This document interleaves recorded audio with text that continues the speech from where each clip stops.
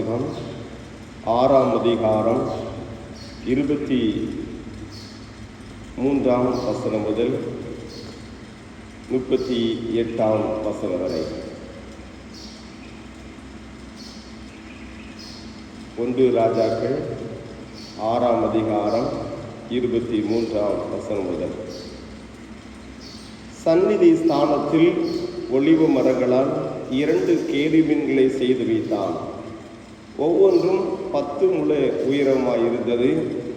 கேருபீனுக்கு இருக்கிற ஒரு செட்டை 5 முழமும், கேருபீனின் மற்ற செட்டை 5 முழமாய், இப்படி ஒரு செட்டையின் கடைசி முனை தொடங்கி மற்ற செட்டையின் கடைசி முனை மட்டும் 10 முழமாயிருந்தது. மற்ற கேருபீனும் 10 முழமாயிருந்தது. 2 கேருபீன்களும் ஒரே அளவும் ஒரே திட்டவுமாயிருந்தது. ஒரு கேருபீன் 10 முழ உயரமாயிருந்தது. மற்ற கேருபீனும் அப்படியே இருந்தது. அந்த கேருபீன்களை உள் ஆலயத்திலே வைத்தான். கேருபீன்களின் செட்டைகள் விரித்திருந்ததினால் ஒரு கேருபீனின் செட்டை ஒரு பக்கத்து சுவரிலும் மற்ற கேருபீனின் செட்டை மறுபக்கத்து சுவரிலும் தொடத்தக்கதாயிருந்தது. ஆலயத்தின் நடு மையத்தில் அவைகளின் செட்டைகள் ஒன்றோடொன்று தொடத்தக்கதாயிருந்தது. அந்த கேருபீன்களை பொன் தகட்டால் மூடினான். ஆலயத்தின் சுவர்களையெல்லாம் அவன் சுற்றிலும் உள்ளும் புறம்புமாக கேருபீன்களும் பேரிந்துகளும் மலர்ந்த பூக்களுமான சித்திரங்களும் கொத்து வேலைகளுமாய் ஆக்கினான். உள்ளும் புறமாய் இருக்கிற ஆலயத்து தளவரிசையும் பொன் தகட்டால் மூடினான். சந்நிதி ஸ்தானத்தின் வாசலுக்கு ஒலிவு மரங்களால் 2 கதவுகளை செய்தான். மேல் சட்டமும் நிலைகளும் மறைப்பின் அளவில் 1/5 பங்காய் இருந்தது. ஒலிவ மரமான அந்த 2 கதவுகளில் அவன் கேருபீன்களும் பேரிந்துகளும் மலர்ந்த பூக்களுமான சித்திரங்களை செய்து அந்த கேருபீன்களிலும் பேரிந்துகளிலும் பொன் பதியத்தக்கதாய் பொன் தகட்டால் மூடினான். இப்படி தேவாலயத்தின் வாசலுக்கும் ஒலிவு மர நிலைகளை செய்தான். அது சுவர் அளவில் 4 பங்காய் இருந்தது. அதன் 2 கதவுகளும் தேவதாரி பலகைகளால் செய்யப்பட்டிருந்தது. ஒரு கதவுக்கு 2 மடிப்பு பலகைகளும் மற்ற கதவுக்கு 2 மடிப்பு பலகைகளும் இருந்தது. அவைகளில் கேருபீன்களும் பேரிந்துகளும் மலர்ந்த பூக்களுமான சித்திர வேலையை செய்து சித்திரங்களுக்கு சரியாக செய்யப்பட்ட பொன் தகட்டால் அவைகளை மூடினான். அவன் உட்பிரகாரத்தை 3 வரிசை வெட்டின கற்களாலும் 1 வரிசை கேதுரு பலகைகளாலும் கட்டினான். 4ஆம் வருஷம் சீப் மாதத்திலே கர்த்தருடைய ஆலயத்திற்கு அஸ்திபாரம் போட்டு 11ஆம் வருஷம் கூல் என்னும் 8ஆம் மாதத்திலே அந்த ஆலயம் முழுவதும் சகல சட்ட திட்டத்தின்படியே 1 பங்கும் குறையாமல் கட்டி தீர்ந்தது. அவன் அதை கட்டி முடிக்க 7 வருஷம் சென்றது என்பது. பாடம் முடிந்தது. கிறிஸ்துக்குள் அன்பானவர்களே, ஆண்டவரும் இரட்சகருமாக இயேசு கிறிஸ்துவின் இனிதான நாமத்தினாலே ஒவ்வொருவரையும் அன்போடு வாழ்த்துகிறேன். கர்த்தருடைய பெரிதான கிருபையினாலே ஆண்டவர் இம்மட்டும் நம்மை தாங்கினார், ஏந்தினார், சுமந்து நம்மை தப்புவித்து நடத்திருக்கிறார். இந்த புதிய நாளிலும் நிச்சயமாகவே அவர் நமக்கு போதுமானவராக இருந்து நம்மை வழி நடத்துவதற்கு வல்லவராக இருக்கிறார். அன்புக்குரியவர்களே, வாசிக்கப்பட்ட திருமறை பகுதியிலே நாம் பார்க்கும் பொழுது சாலமோனுடைய ராஜாவின் காலத்திலே இஸ்ரவேலின் சமஸ்த அரசர்களின் 3வது ஒரு அரசராக பணியேற்று கொண்ட இந்த சாலமோன் கர்த்தருடைய நாமத்து மகிமையாக தன்னுடைய தகப்பனார் விட்டு சென்ற ஆலயத்தினுடைய பணிகளை நிறைவேற்றும்படியாக அவர் செயலாற்றுகிறார். அப்படி செயலாற்றும் பொழுது எப்படியெல்லாம் செய்தார் என்பதை இங்கு திருமறை சொல்லுகிறது. ஒரு ஆலயத்தின் அஸ்திபாரம் போடுவதற்கு முன்பதாக செய்யப்பட்டதான எல்லா காரியங்களையும் அங்கு பார்க்க முடிகிறது. ஆகவே அஸ்திவாரம் போடப்பட்டு 7 ஆண்டுகளில் அதை கட்டி முடித்தார் என்றும் திருமறை நமக்கு கற்றுக் கொடுக்கிறது. அவர் எப்படி கட்டி முடிக்கப்பட்டதாம்? சகல சட்ட திட்டத்தின்படியே. இது ரொம்ப முக்கியமான ஒன்று. சகல சட்ட திட்டத்தின்படியே. ஒரு வீடு கட்டுகிறோமானால் அதற்கென்று பிளான் போடுகிறோம்.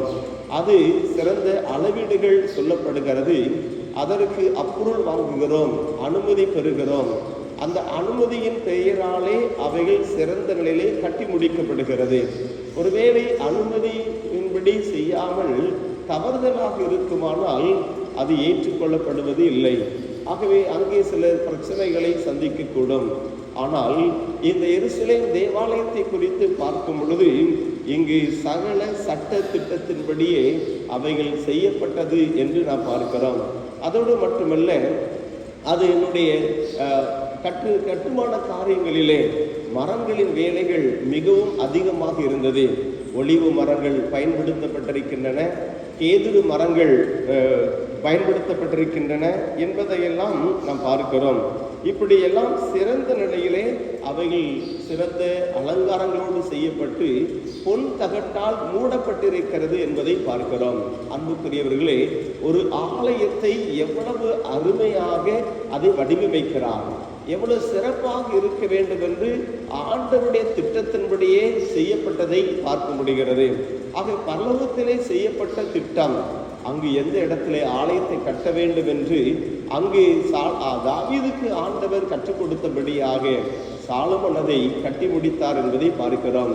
அன்புக்குரிய தேவனுடைய பிள்ளைகளே, அது மிகவும் சிறப்பான நிலையிலே ஒவ்வொரு காரியங்களும் மிகவும் அலங்காரமாக மதிப்பு மிக்கதாக அந்த தேவாலயம் விளங்கிற்று என்பதை பின் நாட்களிலே அதை குறித்து பார்க்க முடியும். அந்த அளவிற்கு அது தேவனுடைய மகிமையினால் நிரப்பப்படுவதற்கு அந்த ஆலயம் சிறப்பான நிலையிலே வடிவமைக்கப்பட்டது, சட்ட திட்டத்தின்படியாக வடிவமைக்கப்பட்டது. ஆவிக்குரிய வாழ்க்கையிலே நாம் கவனிக்க வேண்டுமானால் நீங்களும் நானும் ஒரு நடமாடும் ஆலயம் என்று திருமறை சொல்லுகிறது. நீங்களே அந்த ஆலயம் என்று 1 கொரிந்தியர் 3:17 சொல்லுகிறார்.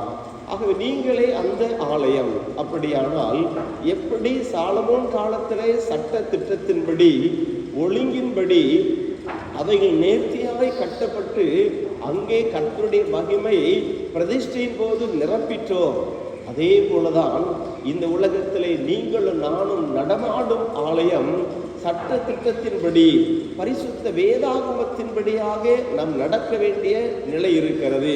நம்முடைய ஆவிக்குரிய வாழ்க்கையை கட்ட வேண்டிய நிலை இருக்கிறது.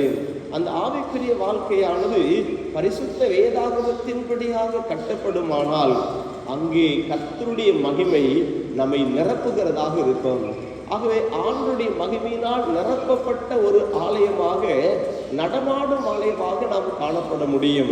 அன்பான தேவனுடைய பிள்ளைகளே, உலக பிரகாரமாக ஒரே இடத்திலே காணப்படுகின்ற அந்த ஆலயத்திற்கு கர்த்தருடைய சமூகம் அந்த ஆலயத்திற்கு எவ்வளவு சிறப்பான வடிவமைக்கப்பட்டதோ, மகிமையுள்ளதாக மாற்றப்பட்டதோ, அதே போலதான் நம்முடைய வாழ்க்கை என்பதும் மிகவும் அற்புதமானது, கர்த்தருடைய பார்வையிலே மிக முக்கியமானது. ஆகவே நாம் ஒரு ஆலயம், இந்த ஆலயத்திலே வடிவமைக்கப்பட வேண்டும். கர்த்தருடைய மகிமை தங்கியிருக்கும்படியாக வடிவமைக்கப்பட வேண்டும். எப்படி? நீங்களும் நானும் எந்த நிலையிலெல்லாம் அதை சீரப்படுத்த வேண்டுமோ, சிறந்த நிலையில் மகிமையாய் மாற்ற வேண்டுமோ, நாம் அதற்காக பிரயாசப்படுவது, கர்த்தருடைய ஆவியின் கனிகளால் நிரப்பப்படுவது, ஆண்டவர் விரும்புகிறபடியாக மாற்றப்படுவது, அவர் உலாவுகிற தேவாலயமாக நம்முடைய வாழ்க்கை மாறுவது அவசியமாக இருக்கிறது. ஆகவே சட்ட திட்டத்தின்படியாக அந்த ஆலயம் கட்டி முடிக்கப்பட்டது போல நம்முடைய வாழ்க்கையும் பரிசுத்த வேதாகம் நமக்கு ஒரு சட்டத்திட்ட புத்தகம், சட்ட புத்தகம். இந்த சட்டத்திட்ட புத்தகத்தின் வழியாக நாம் சிறப்பாக அமைக்கப்பட்டோமானால் நம்முடைய ஆலயம் மகிமையாய் மாறும். ஆண்டவர் நம்முடைய மகிமையால் நிரப்புவார். அவர் எங்கே வந்து விடுகிறாரோ அங்கே மகிமை உண்டாயிருக்கும். பழைய ஏற்பாட்டிலே அந்த ஆலயம் மகிமையால் நிறைந்திருந்தது. புதிய ஏற்பாட்டிலே நீங்களே அந்த ஆலயம் என்று சொன்னாரே, அந்த ஆலயமாகிய நம்முடைய வாழ்விலும் அந்த மகிமை தங்கி இருக்கும். ஆகவே மகிமைக்குரிய ஒரு கனமுள்ள ஒரு பாத்திரம் என்று எண்ணப்படும். கனமுள்ள ஒரு பாத்திரம், ஆண்டவர் விரும்புகின்ற ஒரு பாத்திரமாக மாறிவிடுவோம். அப்படியானால் இந்த உலகத்திலே நாம் ஒவ்வொருவரும் அவருடைய சட்ட திட்டத்தின்படியாக, அவர் நமக்கு காண்பிக்கிறதின்படியாக நாம் ஒவ்வொரு நாளும் அவர் பாதையிலே நடப்போம்.